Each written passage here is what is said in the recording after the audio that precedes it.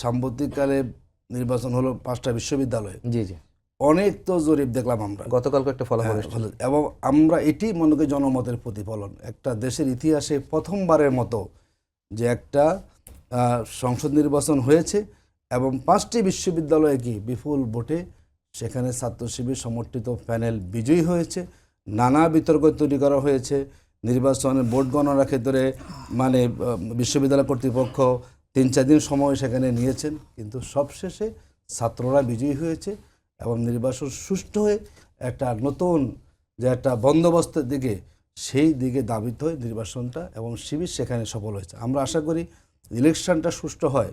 যদি আইনশৃঙ্খলা বাহিনী কোনো দলের পক্ষে অবস্থান না করে, বাংলাদেশের জাতীয় নির্বাচনেও এই 5টি বিশ্ববিদ্যালয়ের ফলাফলের ধারাবাহিকতা সেখানে বজায় থাকবে।